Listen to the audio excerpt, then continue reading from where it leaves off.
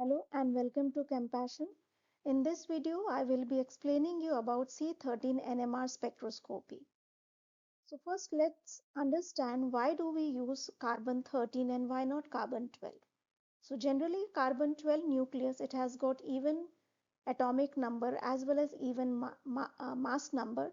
So its spin is actually zero and hence it is magnetically inactive. Whereas carbon 13 has got odd mass number, that's why its spin is half and it is spin active. Also, when we compare the signal of C13 NMR with 1H NMR, then it is 6,000 times weaker than 1H NMR, and there are two main reasons for that. The first reason is natural abundance of C13, which is just 1.1% of that of C12. Hence, it's sensitive only 1.6% that of 1H NMR. And secondly, its magnetogyric ratio is very small as compared with 1H nucleus and hence lower resonance frequency. So when we see a signal of C13, it is about 1/4 of the frequency which is required for 1H NMR. Generally, when we see 1H NMR signal, if that signal say appears at delta 1, so in case of C13, the value will be 15 to 20 times higher. These are C13 chemical shift value for different functional groups.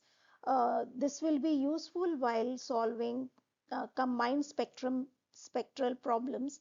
So if you want, you can pause this video and take the screenshot. So let's see correlation chart for C13 NMR. If we have any saturated carbon atoms, then they are highly shielded and their signal will appear between 8 to 60 ppm in case of C13. When carbon is attached to some electronegative atoms, then for example, oxygen or some other electronegative atom, then their signal will appear between 40 to 80 ppm.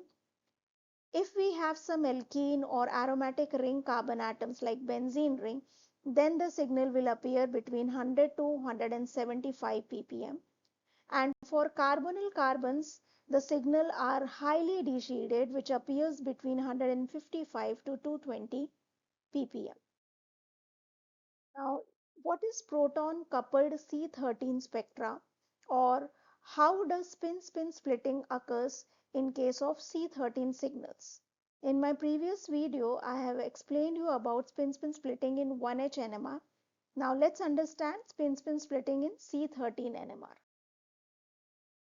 So generally, probability of finding two C13 atoms in the same molecule is very low because, as I explained, the natural abundance of C13 is just 1.1%. So it's very rare that we have two C13 atom in same molecule, and hence probability of finding two adjacent C13 carbon atom in same molecule is even lower. Therefore, homonuclear spin-spin splitting is very rare. Homonuclear means when you have two same atoms which are causing the splitting of signals. So this homonuclear spin-spin splitting, that is splitting of signal of one carbon atom due to another carbon atom, is very rare. However, heteronuclear spin-spin splitting cause the C13 signal to split according to N+1 rule. So what is heteronuclear splitting? It means the signal occurring due to carbon atom or C13 atom will split up due to proton attached to same carbon atom. In 1H NMR, we studied that in N+1 rule, N is number of protons present on adjacent carbon atom. In case of C13 NMR, N is number of protons present on same carbon atom. So since if we see this carbon to which one proton is attached, that is causing the splitting, so we call it as one bond coupling because distance between this carbon and hydrogen is just one bond. So let us understand how this spin-spin splitting occurs. As I explained that it follows N+1 rule, like 1H NMR, but here N is number of protons on same carbon atom. That will cause the splitting, and hence it is heteronuclear splitting. So if we consider this methyl group, this carbon atom to which 3 protons are attached, so here in the value of N will be 3. So 3 plus 1 is 4. That means methyl protons in C13 NMR, it is going to give quartet which will look like this. If we have methylene carbon atom, that is CH2 group, since there are 2 protons attached, so value of N will be 2. So 2 plus 1 is 3. That means for methylene protons or methylene carbon, for methylene carbon, we are going to get triplet. If we consider methine group, that is 1 proton is present on carbon atom, that means value of N is 1. So 1 plus 1 is 2. That means methine carbon is going to give you a doublet. And if we have quaternary carbon atom, that means carbon to which there are no protons attached, value of N will be 0. So we get a singlet, that means signal will not split up. Now, since hydrogen atom is directly attached to carbon atom, there is one bond distance, so we call it as one bond coupling, and the coupling constant is very high. This coupling constant is represented by J. So J values are between 100 to 250 Hertz. Also, there is apart from one bond coupling, we have two bond coupling also, where we have a C13 carbon atom, and to that one more carbon atom is attached containing one hydrogen atom. So here what happens, that there will be coupling due to the proton attached on adjacent carbon atom. So now the distance between the C13 carbon atom and hydrogen is 2 bonds, so we call it as 2 bond coupling. So even though homonuclear coupling or one bond coupling is taking place, but apart from that there is 2 bond coupling also, and that 2 bond coupling will split up the signal into multiplet, which was obtained by one bond coupling.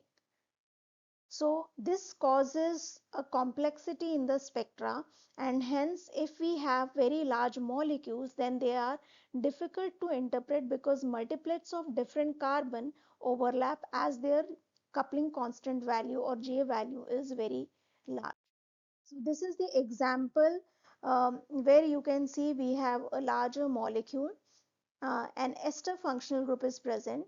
So over here, if we see proton coupled spectra, so there is one bond coupling as well as 2 bond coupling. That means, say for this methyl group, if I get a quartet, so that quartet is further going to split up into a multiplet due to proton present on adjacent carbon atom, because here we have 2 bond coupling as well.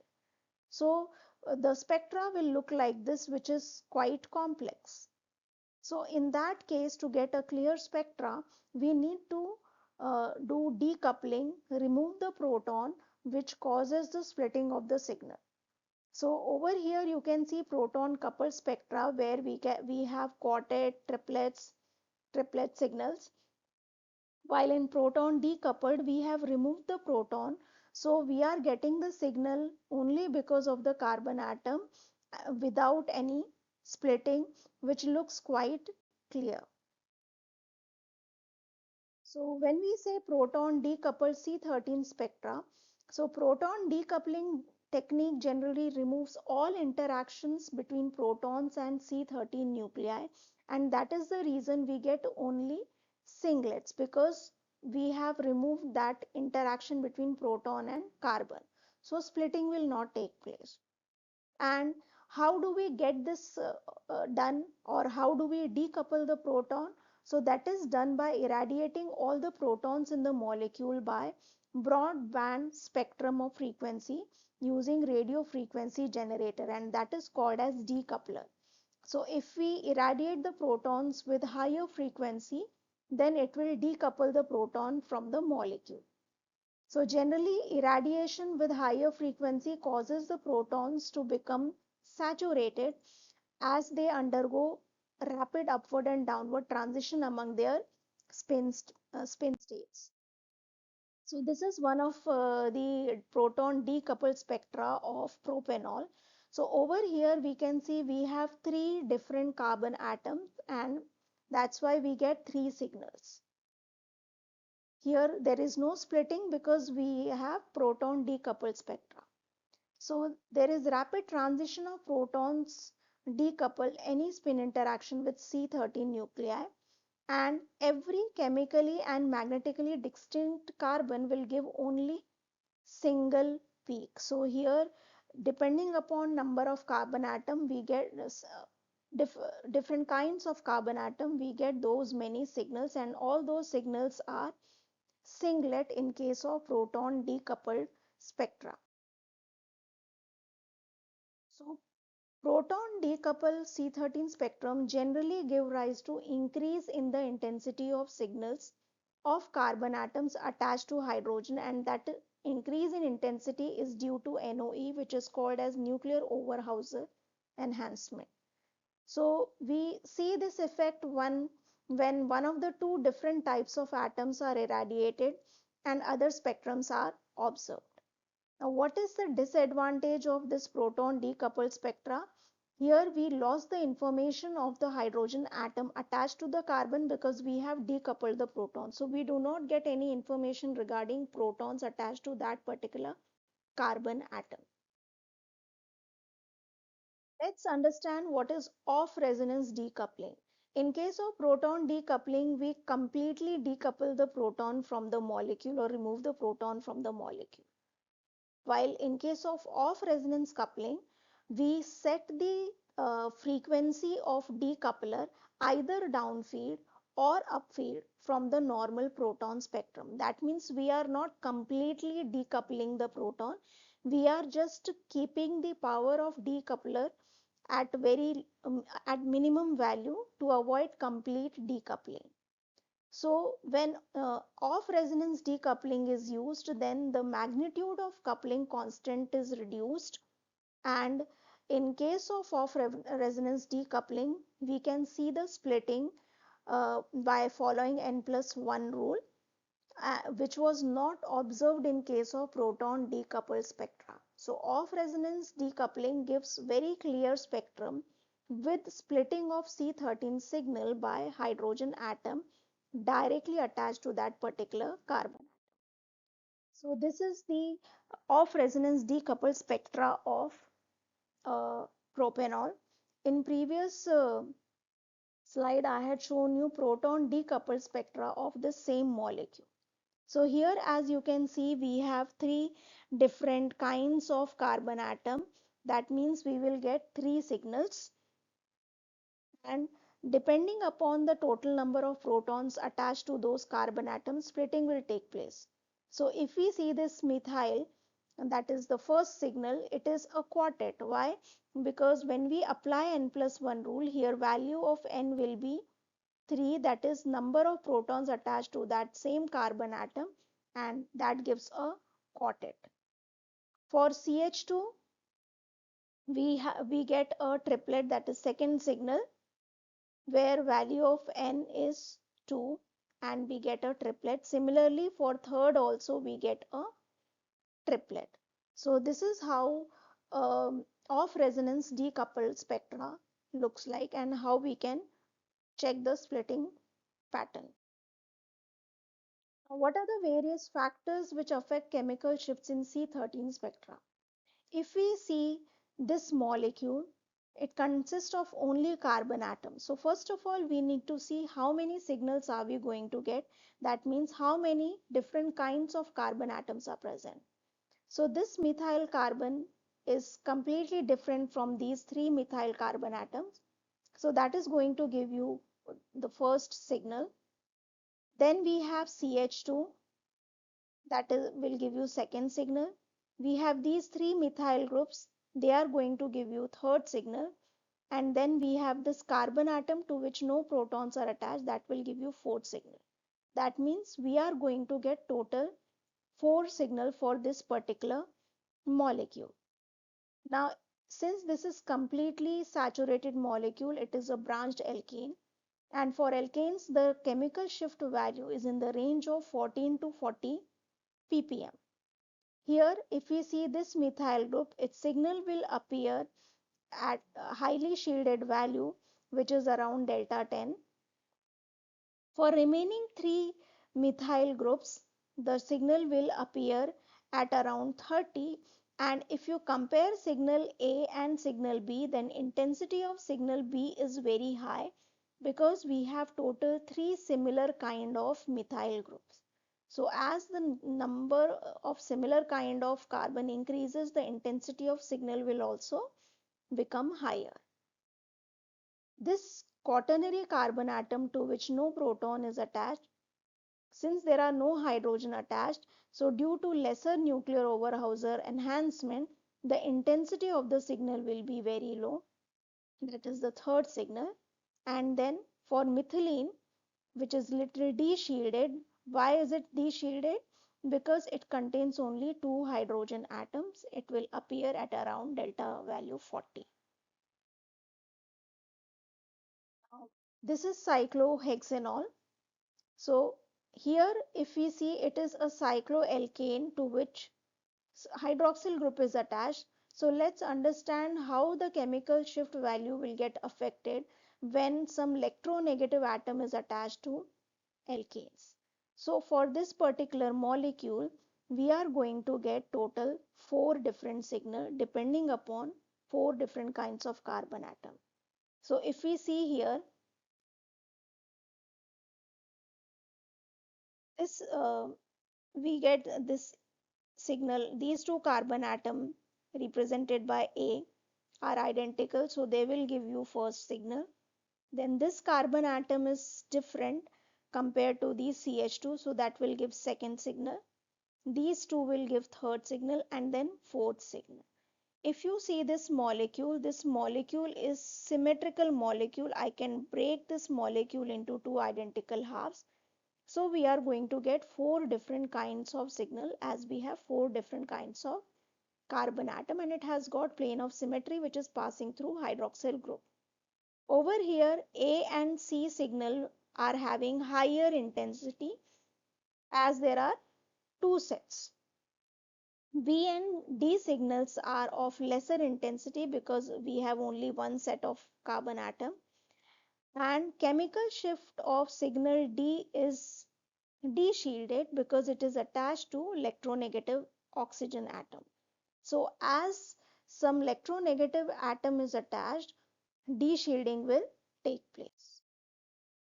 This is another symmetrical molecule. Here I can divide the molecule into 2 identical halves like this. So over here we have 3 different types of carbon atoms. So we get total 3 signals. The intensity of signal A, B as well as C is higher because each signal has got 2 sets of carbon atom. Over here, if you see the signal of carbon which is involved in double bond, that is C signal, is completely de-shielded, and this de-shielding is because we have sp2 hybridized carbon atom, and also there is anisotropic effect. So in cyclohexene, symmetry generally passes perpendicular to double bond and only 3 signals will appear. And de-shielding occurs. So here the value of this third signal will at 128 ppm. This is another symmetrical molecule where I can pass the symmetry like this and divide the molecule into 2 identical halves. So here we have total 4 different kinds of carbon atom, and hence we get total 4 signals. So over here, if you see, we have got a carbonyl group in the molecule. So this D signal, uh, because we have sp2 hybridized carbon atom which is attached to electronegative oxygen atom, and also there will be anisotropic effect. So this signal D will appear at highly de-shielded at value of 211 ppm, while remaining three signals are shielded. So over here we have total four signals. This is another example. Here we have toluene molecule. It is monosubstituted benzene. And as you can see here, we have total five different kinds of carbon atom for the ring and this methyl carbon atom. So total six signals will appear for this particular molecule. The aromatic ring, these five signals for monosubstituted ring will appear in the range of 110 to 175 ppm, which is over here.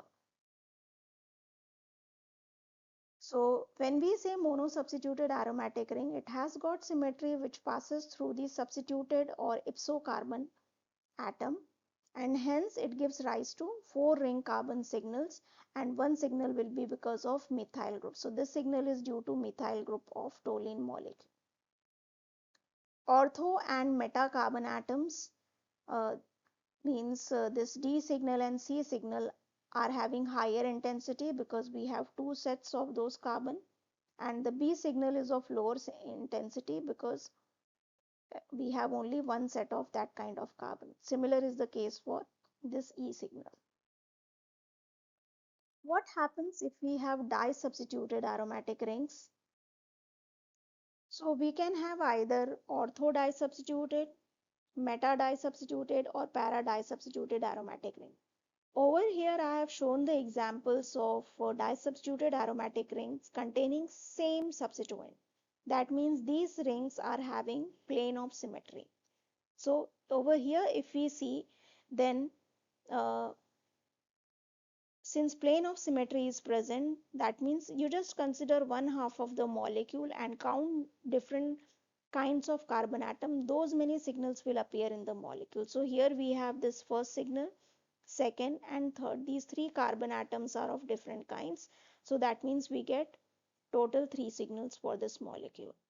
If we see meta di-substituted, then from here I can divide the molecule into two identical halves. So we have total four kinds of carbon atoms, 1, 2, 3 and 4. So these four carbon atoms are chemically non-equivalent. That means we will get four signals. If we have para di-substituted, then this is how we pass the plane of symmetry. And over here we have again three kinds of carbon atom. That means we get total three signals in C13 NMR spectra. So this is how for orthodichlorobenzene we get total three different kinds of carbon atoms, so three signals. For metadichlorobenzene we have got total four signals, and for paradichlorobenzene we get total two signals. Okay, so by mistake I had said that we get three signals, but actually we will get two signals because over here this is one carbon atom and this is the second carbon atom. So we get two signals for this particular molecule, which is paradichlorobenzene. So these are few examples of number of aromatic C13 resonance in benzene with different substitution patterns. So here if we see benzene ring, here all carbon atoms are equivalent. That means we will get only one signal in C13 NMR. If we have monochlorobenzene, then in that case we have this first signal. These two are similar, so second signal. This will give third signal and fourth signal. That means total number of signals are 4. If we have orthodichlorobenzene, which I already explained you, it has got a plane of symmetry. So these two are similar kind of signals. These two carbons are similar and these two carbons are similar. That means we get total 3 signals. For metadichlorobenzene, we can pass the plane like this. So over here we have first kind of carbon, second, third and fourth kind of carbon. That means total four kind of signal. If we have para-dichlorobenzene, so over here we will get two signals. So these are the examples where we have two similar substituents. What happens if we have different substituents in disubstituted benzene? For example, here we have uh, para-chloro-bromobenzene. So we have two different substituents. Then in that case, the number of different kinds of carbon atom will change.